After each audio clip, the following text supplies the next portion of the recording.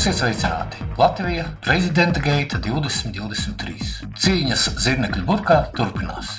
Skrējiens uz prezidenta pili ir iegājis pēdējā taisnē. Esam veiksmīgi tikuši pie 3 kandidātiem. Kāpēc Levits tur pēkšņi atteicās gaidīt vai negaidīt, to es šoreiz neuzspriedīšu. Bet man ir tāds aizdoms, ka mēs Levitu tā gluži vienkārši norakstīt nevaram. Jo nezinu, vai 31. maijā šis pasākums, kas saucās prezidenta vēlēšanas, beigsies. Un tad 2. kārtā pēkšņi Levits atkal var uzpeldēt. Tādas ir manas aizdomas. Dod Dievs, lai tās nepiepildītos. Kas tad mums tiek piedāvāts? Pareizāk sakot, nevis mums, bet Saeimai. Jo Latvijas tautai joprojām nav nekādas teikšanas. Kādu prezidentu tā vēlas? Uzskatu, ka visa šī ņemšanās dažādos masu mēdījos ir tikai tāds teātris, tāda demokrātijas spēle. Visa rēķināšana, skaitļošana, ciparu un schēmu zīmēšana notiek aizkulisēs. Kaut kur, kaut kādos kabinetos, kafejnīcās, pagrabos un vēl sazinu kur. Es šeit saredzu tikai cīņu par saviem krēsliem, par palikšanu pie silas. Runas par Latvijas tautas labklājību ir tukša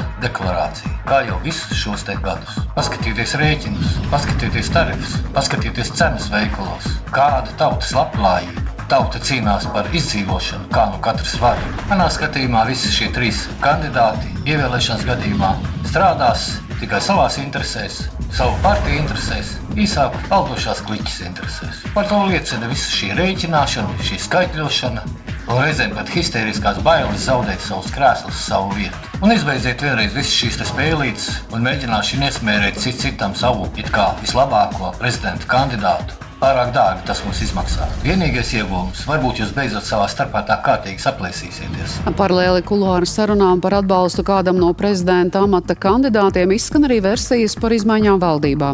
Koalīcijā esošais apvienotais saraksts un Nacionāla apvienība gan izmaiņas neatbalsta, bet jaunā vienotība apgalvo, ka pat labam koncentrējas uz balsu iegūšanu savam prezidenta amata kandidātam. Ļoti izskatās, ka no vienotības kolēģu puses kopā ar Lemberga partiju un kopā ar progresīviem šāds jauns koalīcijas modelis tiek apspriests kā cena par atbalstu vienotības virzītājiem prezidenta kandidātam. Mana prognoze ir, ja tomēr šādu risku vienotību ies, tad ar šīm 52 balsīm tā var arī palikt. Jo es esmu stipri pārliecināts, ka Nacionāla apvienība neiesaistītos šādā darījumā, un es esmu dzirdējis, ka līdzīgi noskaņo arī apvienotajam sarakstam. Tas ir vēstījums apvienotajam sarakstam.